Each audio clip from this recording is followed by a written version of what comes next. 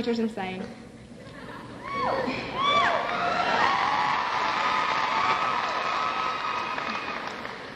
though we complained the entire 12 years, we have had a great time getting closer to the friends we already have and meeting new ones.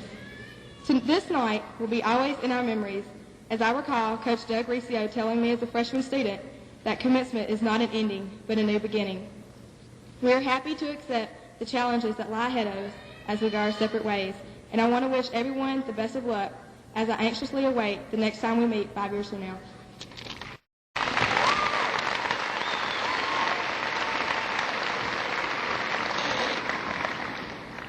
Student Body President Charlotte Walker will introduce tonight's speaker.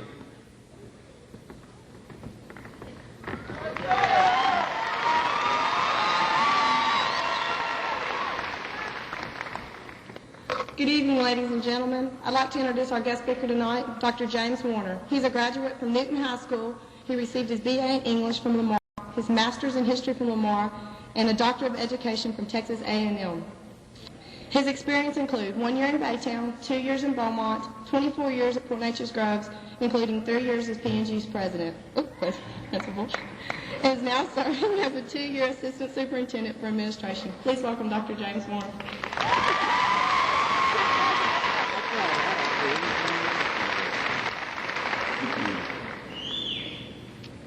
Parents, grandparents, relatives, and friends of the class of 91, this is an exciting evening, but then this is an exciting class. They've been excited since their first day of kindergarten.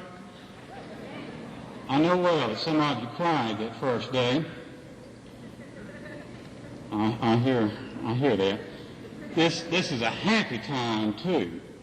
It's a time of sharing this great accomplishment with your family and with your classmates, but it's also a sad time because it is the last time that you will have a class meeting with everyone in attendance. You'll never again be able to assemble with this number present, 5 years from now, 10 years from now, any time. And you know, one of the things I remember is your first class meeting. I remember a hot, humid August day in 1987. You filed into the auditorium, and we talked to you a little while. And I'm in the habit of keeping a journal of the things that happened to me during the day, and I went back a night or so ago to look at what I had written about you that day in August of 1987. You know what I wrote? I said, we met with a class of 91 today. The girls appear to be promising. The boys appear to be mostly feet and zits. But look at you now. You look great. Hormones will do wonders for people. It's been more than a few years since my high school graduation, but I can remember it, and I can remember the thoughts that were going through my mind at the time as though it had happened last night. For instance, I remember very well that at that moment I knew everything there was to know. But then I was 18 years old. And that's what you are at 18. You know everything that you can possibly know. That's what I imagined anyway. How was I to know at that time that I was entering a world in which knowledge doubled roughly every decade? You realize that's an 800% increase since I graduated from high school? How was I to know that the type of work that I and my classmates would do didn't even exist at the moment of my high school graduation? How was I to imagine a world where handheld calculators, personal computers, and VCRs were commonplace? How was I to know that I would have to be able to operate those things just to entertain my grandchildren?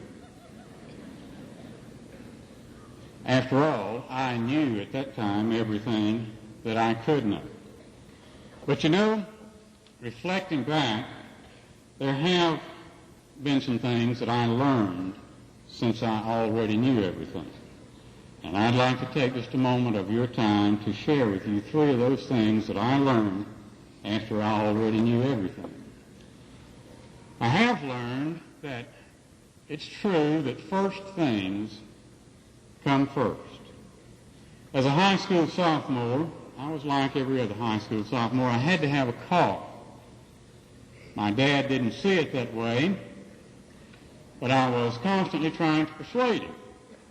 It came to my attention one day that a car wash was being built in our little town and not far from our house. This was my opportunity. At supper that night, I said, "Dad, guess what? They're building a car wash in Newton, and it's only 2 blocks from the house." He looked at me. He said, "Is that right?" I thought, here it is. Here's my chance. We're going to talk car. And I said, "Yeah, Dad, a car wash just 2 blocks from the house." He said, "Well, you know what?" "What, Dad?" He said, "Well, if it's just 2 blocks away, if you ever have to go there, you can walk." My dad was a first things first kind of guy, and cars weren't a big thing for him in high school sophomores, but I do know, and I have learned since then, that one of the things you're going to need, you're going to have a faith in something that's greater than you are. And I hate to be morbid right now, but I can look at you and the smiles that you have on your face, but I can tell you've all got some difficult times ahead of you. Most of you are going to survive your parents. I hope you do. That's in the nature of things. Some of you are going to survive a spouse, and a few of you, unfortunately, are going to survive a child. And those are going to be bad times, and you're all going to have disappointments. And when you get down into those black depths of despair, if you don't have something powerful to hold on to, you're not going to make it. A faith in something greater than you are is something you need to have. Another thing up close to my list of important things is our nation. I've been thrilled to see this year a renewal of patriotism and of love of this country. And it's been especially pleasing to see it led by a generation, young men and young women who performed so well in the Persian Gulf War. I hope that you realize that one of the debts that you owe is to this country, and that you must commit to it and be determined that you will do your part, however that part is to be played out. And then the other thing that is close to the top of my list of important things is family and friends. You have already mentioned that this is a time of making friends, and indeed it is. You've made lots of friends. But you know, in about 5 or 6 years that begins to change, and you don't make friends so easily. That needs to be a time of holding on to them, hanging on to friends and family. You're going to need them in your life. Another thing that I hope that you will learn is that happiness comes in small pieces. You know, a couple of parents had a little boy, wouldn't say a word. They tried to get him to speak, wouldn't do it. They took him to every kind of doctor and psychologist they could, said nothing is wrong with the child. He just won't speak. Finally, one morning when he was about 5 years old, he threw his spoon into his cereal bowl and said, "This stuff is gross." His parents jumped up, elated. "Son, you're talking. Why?" And he said, "Because up till now everything had been fine."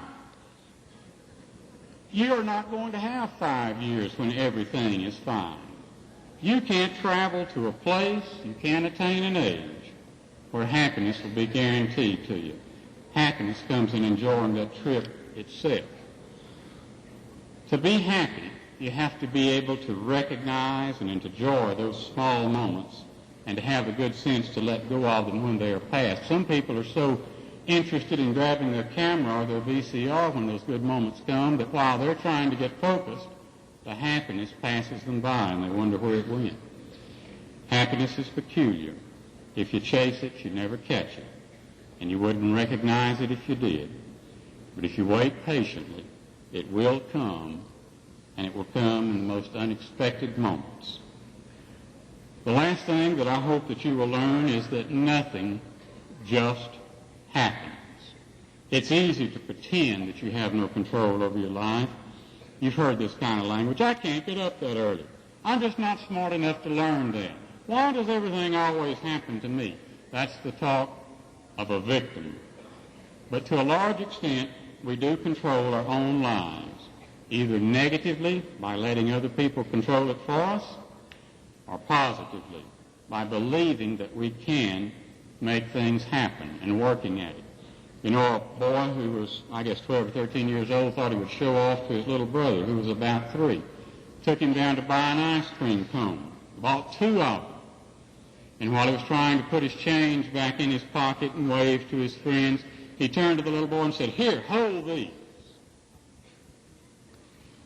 Got his change straightened out, got through waving to his friends, turned back around, and there was the little 3-year-old holding 1 ice cream cone, stacked high with ice cream, and an empty cone in the other hand. And down on the hot pavement, already dribbling away in a little river of melted ice cream, there it was. He looked at that little 3-year-old and said, "What happened?" He said, "Oh, Bubba, I dropped your ice cream cone." You've got to be in control of the situations. You've got to be positive with yourself. You've got to accept only positive friends. Those gripers, complainers, whiners, they're poison to you. Stay away from them. You don't need that in your life. Realize that everyone doubts his ability at some time. Everyone does. But the successful ones have confidence in themselves. That's the lesson that you have been taught over and over. Those of you who have participated in athletics, in the band, in Indianettes, and all the other extracurricular programs that we have for you.